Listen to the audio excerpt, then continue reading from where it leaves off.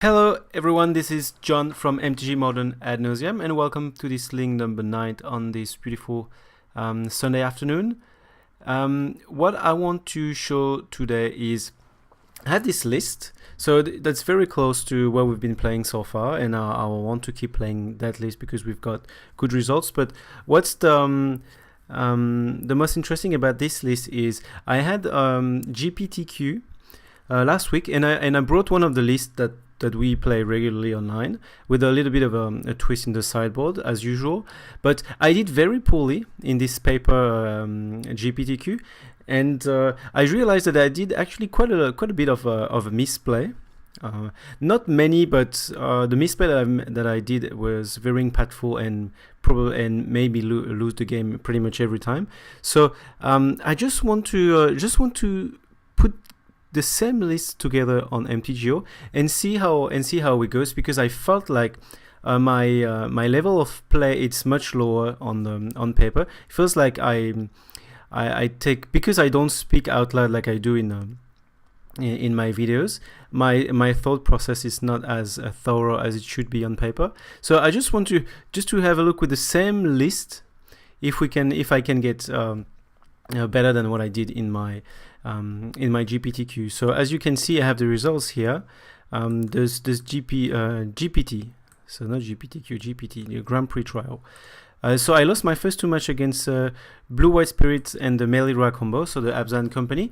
And what happened in the Blue White Spirit, I forgot that the Mausoleum Wanderer was actually a 2/2 because there were a Drogskull captain next to it. And when I did my math, I was counting as a 1, so I was just making sure that I had one spare mana, and I actually comboed off, and thinking that this Mausoleum Wanderer was only countering for 1, but he was actually going for 2. So on MTGO I wouldn't have made a mistake, I'm pretty sure, because I would have seen on the card that it was a 2/2. But because on paper, of course, it doesn't update on the paper the toughness and the power. So I did the mistake. So that's something that cost me game 2. I already lost the game 1, but who knows? It could have turned the match around if I could win this second game.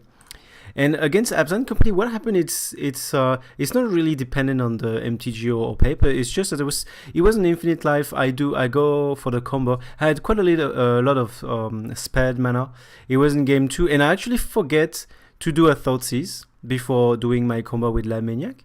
It just slipped out of my mind, and he simply abrupt decay my Lab Maniac, and I was like, well, then I have two Thoughtseize in my hand, and I had the 2 spare mana, and it didn't click in my head. While I'm pretty sure it's something that I would have considered MTGO. Just something that well, anyway, I still in the same situation. I lost game 1, but I would have won with the Thoughtseize. I would have won the game 2, and who knows? It could have been to a 3-1. And I would definitely make a top 8. There's not many players, so a 3-1 would definitely be a top 8. And I lose again Infex, very straightforward. He win the die roll, which is already very, very bad. He combo turn 4 game 1, so nothing we can do game 1 pretty much. Because he had a die roll. I had my turn 4 combo as well, that was quite unfortunate.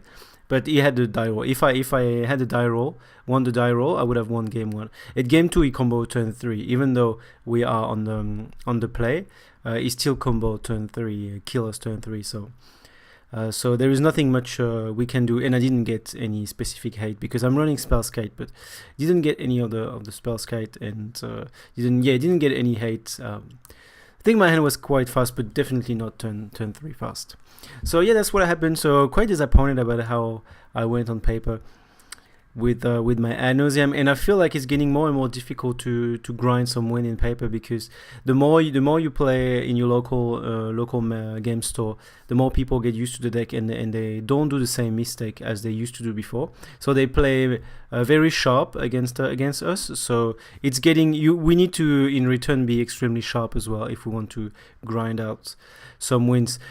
I remember the first few weeks I was playing Ad Nauseam, there's probably a couple of wins that I got just because of the inexperience from my opponent. Wasn't sure exactly how to handle Ad Nauseam. That's for sure doesn't happen anymore, because now people are quite aware of how the deck works. And that's it. So the list is, I haven't touched main board. City of Brass, 4 Friction and Life, 3 Spell of the Vault, 3 Pact of Negation.